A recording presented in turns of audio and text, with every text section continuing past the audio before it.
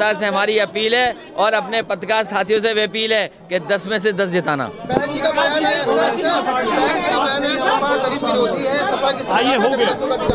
Samajwadi party दलित प्रेमी है और दलित और पिछड़े इनका सम्मान करने का काम, और आज जब संविधान दिवस है बाबा भीमराव अम्बेडकर जी को हम लोग याद करते हैं, जिनके वजह से हमें संविधान मिला है।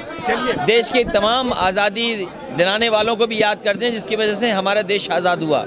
और संविधान को सबसे बड़ा खतरा है, लोकतंत्र को सबसे बड़ा खतरा पैदा किया। इसलिए संविधान और बाबा भीमराव अम्बेडकर जी को मानने वाले लोग, समाजवादी विचारधारा पे चलने वाले लोग सब एक हो जाएं और इस सरकार को हटाएं। ये हिंदुस्तान कैसा चीफ क्या चीज? ये जन संगठन है। ये नहीं, ये कम है, ये संजय खड़ा, ये कम है, ये दीवाना कम है, यार दीवाना कम है। ये जन संगठन है। हमें बधाई देते हैं अध्यक्ष जी और उनके परिवार को, जो आज उनके घर में विवाह है। विवाह के कार्यक्रम में सब परिवार के लोगों से मिलने का मौका मिला। मैं सभी का धन्यवाद देता हूँ और पत्रकार साथियों का भी धन्यवाद देता हूँ। देखिए, जो माहौल है उत्तर प्रदेश का, जो माहौल है और जिस तरीके से आप पता करिए, नोएडा में किसानों ने भारतीय जनता पार्टी के बहुत बड़े एक नेता को घेर लिया। अभी शाहजहांपुर की जानकारी करिए, अखबारों में छपा है, पहलवानों ने वहाँ के सांसद को घेर लिया। आपके बगल में प्रतापगढ़ में एक सांसद कूटे गए तमाम। अच्छा, ये जो वातावरण बना है, बीजेपी महंगाई का जवाब नहीं देना चाहती, बीजेपी नौजवानों को नौकरी रोजगार नहीं देना चाहती। सोचो, दुनिया में हमारा देश सबसे बड़ा बेरोजगार रह जाएगा क्या? ये सबसे बड़े सवाल है। और आज क्योंकि टेक्नोलॉजी सबके हाथ में है, बीजेपी का झूठ पकड़ा गया। बीजेपी अब सच नहीं बोल पा रही है, इनका झूठ पकड़ा गया है, इसलिए जनता इन्हें हटाएगी। हो सकता है जनता इस बार भारतीय जनता पार्टी का उत्तर प्रदेश से सफाई कर दे। नहीं, बूथ सम्मेलन हमारा बहुत पहले हो चुका है। अरे भाजपा का तो चलता ही रहेगा, लेकिन वो सवाल नहीं है। कृषि कानून जो वापिस हुए, इससे साबित हुआ है कि भारतीय जनता पार्टी का गलत फैसला था।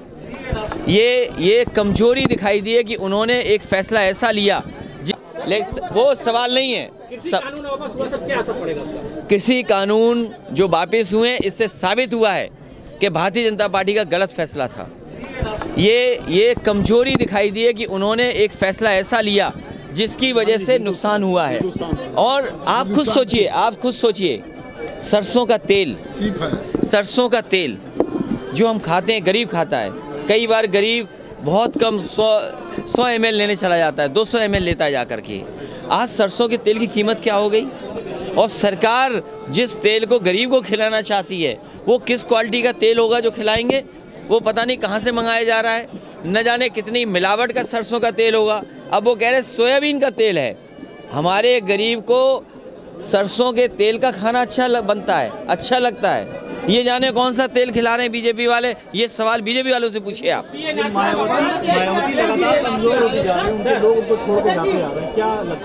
देखिए, वो एक पॉलिटिकल पार्टी है और वो अगर नहीं लोगों को संभाल पा रही है तो उनका एक काम करने का तरीका है, उस पर मैं कुछ नहीं कह सकता।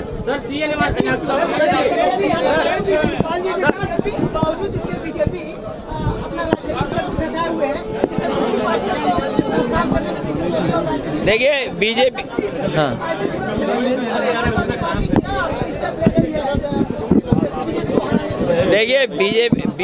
बीजेपी के पास महंगाई का कोई जवाब नहीं है। बीजेपी के पास बेरोजगारी कम करने का कोई योजना कार्यक्रम नहीं है। और ये साबित हो गया है, 3 कानून जब से वापस लिए, बीजेपी ने सब फैसले उद्योगपतियों के लिए लिया है, बड़े काम करने वालों लिया। क्या दुनिया में सोच सकते हो कि इतने कम दिनों में सब बीमारी में थे, कारोबार ठप था, उद्योग ठप था, और कौन नंबर 1 हो गया एशिया में? जिस समय कोरोना में सब कारोबार बंद था, उद्योग बंद थे, हम आप घर में बंद थे, बाजार नहीं चल रहा था, उस समय बताओ कौन मुनाफा कमा रहा था? आज एशिया में सबसे बड़े उद्योगपति हो गए। हमारा किसान को क्यों नहीं कीमत मिल रही? यहाँ गन्ने का बकाया है किसान का, बिजली महंगी कर दी आपने, आप डीजल महंगा कर रहे हो, पेट्रोल महंगा कर रहे हो, खाद में से 5 किलो चोरी कर रहे हो, खाद मिल नहीं रही, DAP मिल नहीं रही, तो इसका जवाब क्या है आपके पास? उनका भी सम्मान पूरा किया जाएगा।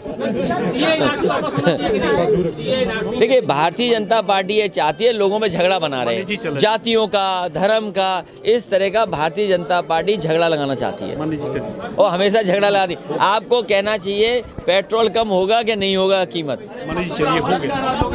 नहीं, वो तो ठीक कर देंगे इस बार। चलिए, धन्यवाद। पार्टी की कोशिश होगी कि क्षेत्रीय दलों को साथ लाएं। कौन बीजेपी के साथ जाना चाहता है? अरे बीजेपी के साथ तो अब कोई नहीं जाना चाहता, ना जनता उनके साथ है, ना किसान उनके साथ है। कौन? देखिए, जो आना चाहेगा, जो अच्छा छवि का होगा, उसका सबको लेने का काम समाजवादी पार्टी करेगी।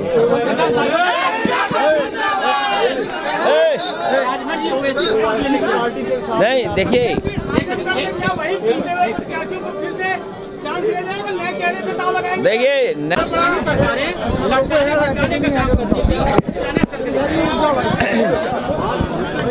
ये शांति से कौन आ गया? ये मुझे खुशी है इस बात की, कि भारतीय जनता पार्टी अब विकास की बात कर रही है। भारतीय जनता पार्टी को भी विकास की बातें करनी पड़ रही हैं। उत्तर प्रदेश की जनता और उत्तर प्रदेश की जिस समय समाजवादी सरकार थी, किसी तरह भी विकास की योजनाओं को समाजवादियों ने नहीं रोका है, बल्कि अगर किसी योजना को केंद्र सरकार ने भी कहा, उस योजना को आगे बढ़ाने का काम किया है। हमारे पत्रकार साथी ने बहुत महत्वपूर्ण सवाल कहा है, मैं कुछ कहूँ, दूसरा दल कुछ और कहे। मैं तो अपने पत्रकार साथी से कहूँगा कि RTI का जो एक्ट है उसके तहत जानकारी हासिल करें, और उस समय उन्हें पता लगेगा कि समाजवादी पार्टी न केवल जेवर में, बल्कि फिरोजाबाद, जो चूड़ियों के लिए पूरे देश और दुनिया में जाना जाता है, वहाँ भी एयरपोर्ट बनाना चाहते थे कि जहाँ पर एक जगह उद्योग का काम शुरू हो, वेस्टर्न यूपी के लोगों को लाभ मिले, वहीं आगरा जैसी अंतर्राष्ट्रीय शहर, उसको एयरपोर्ट की ज़रूरत थी। जिस जगह चिन्हित किया गया था समाजवादी सरकार में, वो जगह ज़रूर फिरोजाबाद में थी। वो एक गांव हिरन गांव था, जिस गांव के आसपास ज़मीन चिन्हित कर ली थी, और वो आगरा के बिल्कुल यमुना के किनारे था। तो अगर एयरपोर्ट बनना था, उस समय अगर अनुमति मिल गई होती, तो लखनऊ के साथ साथ आपको फिरोजाबाद में भी एयरपोर्ट मिल जाता, जेवर में और अंतर्राष्ट्रीय एयरपोर्ट मिलता, तो एयरपोर्ट मिल जाता। और आप आजमगढ़ के लोगों, आपको तो पूछना चाहिए बीजेपी के लोगों से, ये हवाई पट्टी नेताजी ने बनवाई, इस हवाई पट्टी को बड़ा कर दिया समाजवादियों ने, और आज तक चालू नहीं किया। और चालू इसलिए नहीं किया, कहीं समाजवादी लोग हवाई जहाज लाके उतार न दें इस पर। आपको पूछना चाहिए कि आजमगढ़ की हवाई पट्टी नेताजी ने बनाई, समाजवादी पिछली सरकार में इसको बड़ा और चौड़ा किया गया, जिससे कि बड़े हवाई जहाज उतर सकें। क्यों नहीं सरकार ने बनने दिया और अनुमति नहीं दी? सबसे बड़ा सवाल महंगाई का है, सबसे बड़ा सवाल महंगाई का है। महंगाई कैसे कम हो, डीजल पेट्रोल की कीमतें कैसे कम हों, और हमारे नौजवानों को नौकरी और रोजगार के अवसर कैसे मिले। ये सरकार की जिम्मेदारी बनती है कि महंगाई कम करें, नौकरी रोजगार का इंतज़ाम करें।